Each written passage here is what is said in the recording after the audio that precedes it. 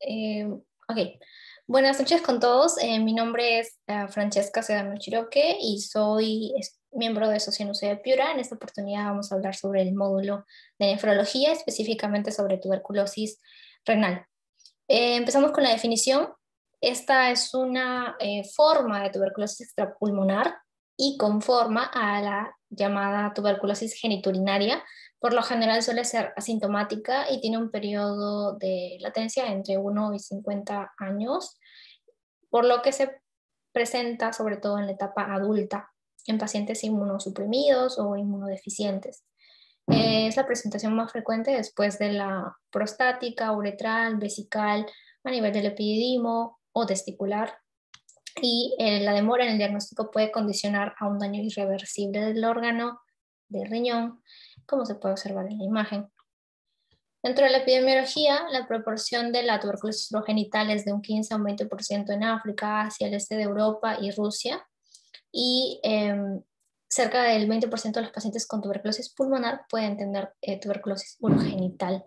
La relación entre hombres y mujeres es de 2 a 1, sin embargo otras literaturas nos pueden mencionar que no hay mucha diferencia al respecto, pero sí o sí la edad de presentación es entre 30 y 50 años.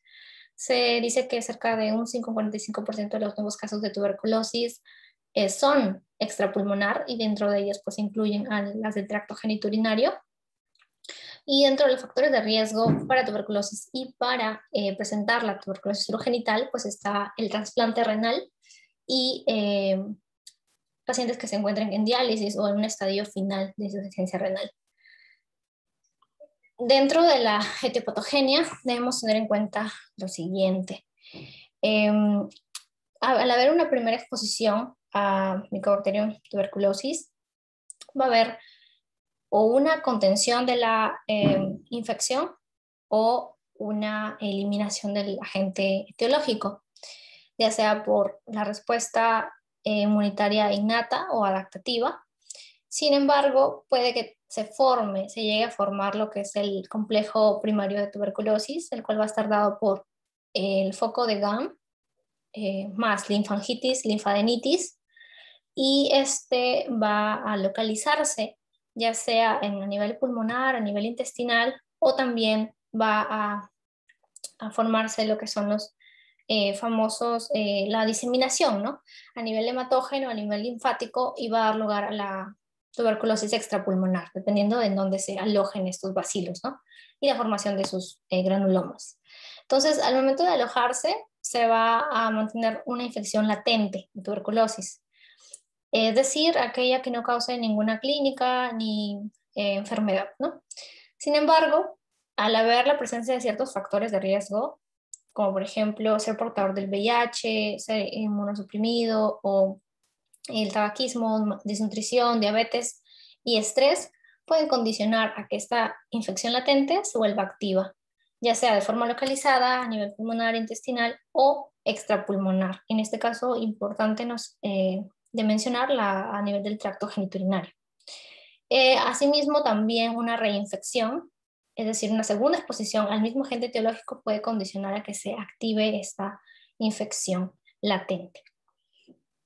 Dentro de la fisiopatología, pues debemos tener en cuenta que a través, ya habíamos mencionado, ¿no? A través de la vía hematógena va a llegar el agente etiológico hacia el riñón, sobre todo aprovechando que la perfusión renal es bastante adecuada, y la presión de oxígeno también, entonces son condiciones que le favorecen a este bacilo aerobio a que se mantenga dentro de sus granulomas especialmente.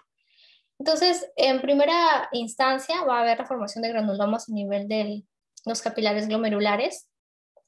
Sin embargo, esto van a estar de manera siliente varios años, hasta que haya un bajón inmunitario, es decir, algún factor de riesgo se presente y que haga que debilite tu función inmunitaria, de tal manera que va a condicionar a que estos granulomas se rompan y viajan a través del túbulo proximal hacia el asa de Henle. En el asa de Henle van a salir de esta hacia la médula renal y van a formar úlceras, cavitaciones y otro tipo de lesiones. No contentos con ello, van a también llegar hacia las papilas renales y van a formar úlceras papilares.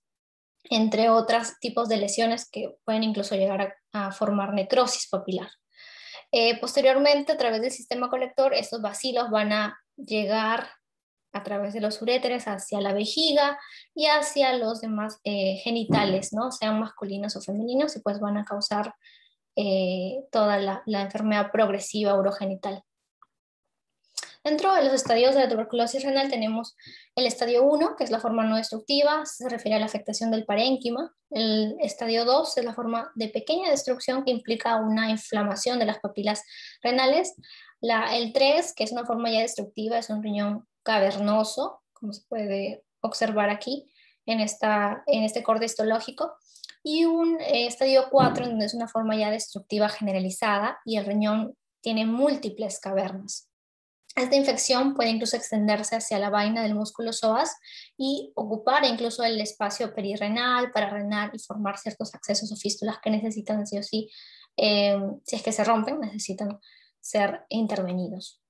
Incluso la afectación puede ser bilateral, es decir, ambos riñones, y obviamente eso va a complicar o va a hacer que disminuya la tasa de filtración glomerular de manera progresiva.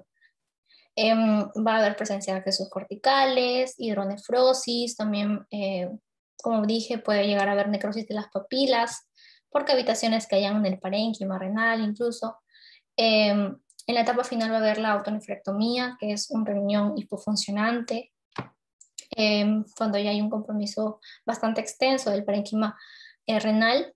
Y también llega a afectar la vejiga, ¿no? Hay reducción del tamaño o la capacidad de esta y presencia de calcificaciones en sus paredes. Tener en cuenta que en los pacientes con VIH inmunosuprimidos los granulomas son más irregulares, tienen una afectación renal bastante difusa e incluso afectan a los nódulos linfáticos. Entonces pasamos de una inflamación granulomatosa a una nefritis tubulointersticial, posteriormente una necrosis a nivel de las papilas, si es que llega a la pelvis renal ya una pielonefritis tuberculosa, y posteriormente obstrucción del flujo urinario, ¿no? Y cálices pues dilatadas. Con el tiempo va a llegar a progresar tanto hasta formar un riñón en masilla, como el que podemos ver en la imagen, que a diferencia del que lo acompaña, está repleto o lleno de nitritus caseum, y pues se nota que ya es un tejido bastante dañado, ¿no? En cuanto a la clínica, son signos y síntomas bastante específicos que pueden encontrarse en otro tipo de nefropatías, por ejemplo, disuria, poliuria, piuria estéril, que es bastante característico. Incluso los cultivos pueden salir negativos, por lo que pues requiere otros estudios. Cistitis persistente, hematuria micro y macroscópica o macroscópica, glomerulonefritis progresiva, incluso puede presentarse a través de carcinomas, amiloidosis. Y bueno, recalcar que casi el 50% de los casos de este tipo de tuberculosis pues, se diagnostica de manera accidental. En cuanto al diagnóstico, pues se conforma de tanto la clínica, además de pues, los antecedentes, pruebas de imagen, pruebas microbiológicas, moleculares e histopatológicas, dependiendo, ¿no?, de la que esté más a nuestro alcance. En el caso de los exámenes microbiológicos podemos mencionar a la detección del bacilo a través de la tinción de Ziehl-Neisel, o también podemos usar la LED-M-iron diode, que se usa en países desarrollados, pero es más rápido, ¿no? El cultivo de 3 muestras de orina en medio de crecimiento de Lowenstein-Jansen también es otro medio para poder detectar el bacilo, o también adicional, alternativo a ello, el Becton-Dickinson, que te da el resultado en menos tiempo. El examen de orina, va a evidenciar la famosa piuria estéril. Dentro de la imagenología tenemos la radiografía de vías urinarias, que se va a notar la presencia de calcificaciones, la orografía intravenosa para ver cómo es la función renal, cómo es la extensión de la enfermedad y la magnitud de la fibrosis en caso haya, y pues el diagnóstico definitivo es sí o sí con una biopsia renal y con un PCR positivo, una prueba de reacción en cadena de la polimerasa. Esta secuenciación genética además se puede realizar con la famosa GenExpert MTV-RIF-Assay, que además de evidenciar al bacilo a través de esa secuenciación del ADN, también permite ver si es que hay resistencia a rifampicina.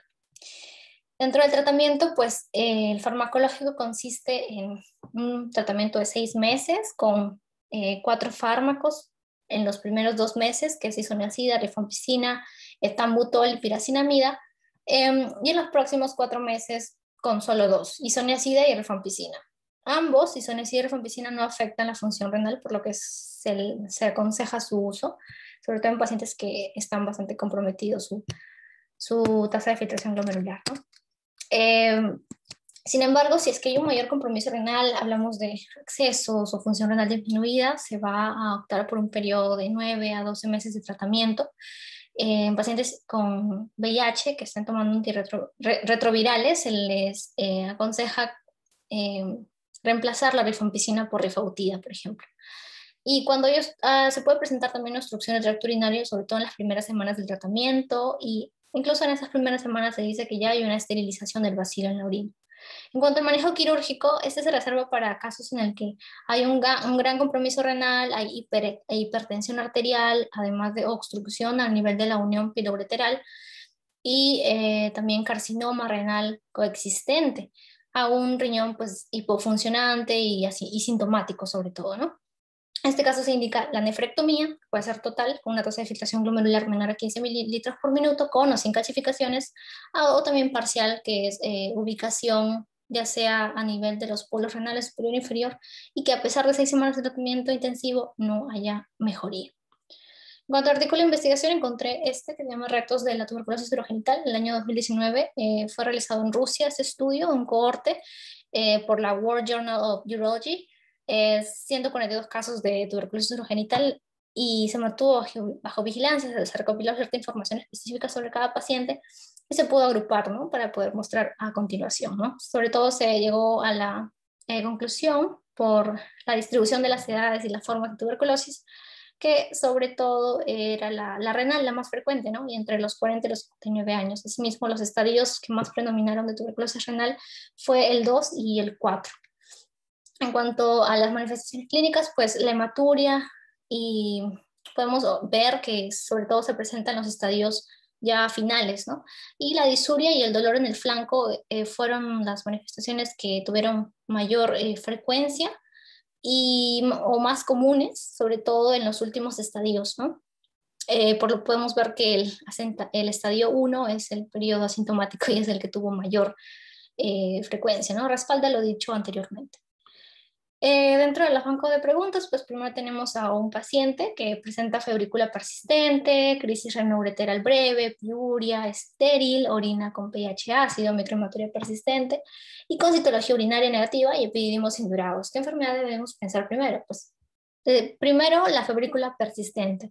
Eso nos indica algo, nos llama por ahí algo. La piuria estéril también, entonces podríamos sospechar de que puede que tenga una tuberculosis activa, concomitante con probablemente una tuberculosis geniturinaria. Entonces, definitivamente la opción más adecuada en este caso sería la tuberculosis urogenital, es lo que tienes que descartar sí o sí.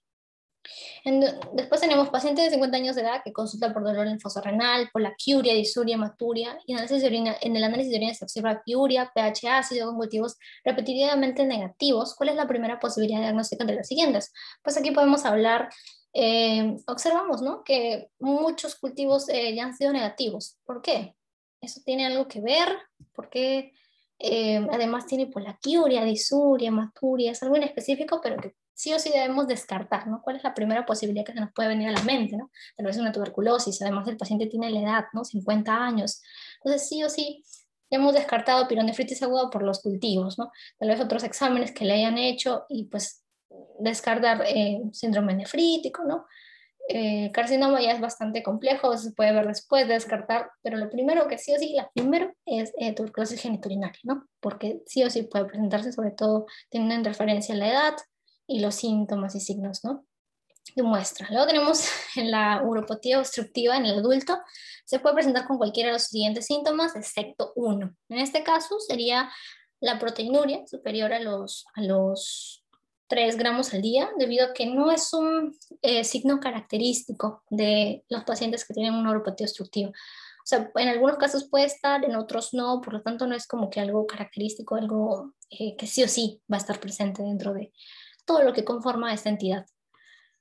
La vía más frecuente de llegada de los bacilos tuberculosis, tenemos los tuberculosis progenital y aquí pues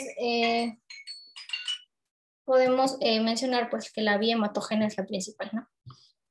Y en cuanto a la manifestación clínica más frecuente de la tuberculosis urinaria, hablamos de la síndrome cístico con orina séptica piúrica, ¿no? La famosa eh, piuria estéril, acompañada de síntomas, ¿no? Como disuria, poliuria, entre otros. Y bueno, eso sería todo. Muchas gracias por su atención.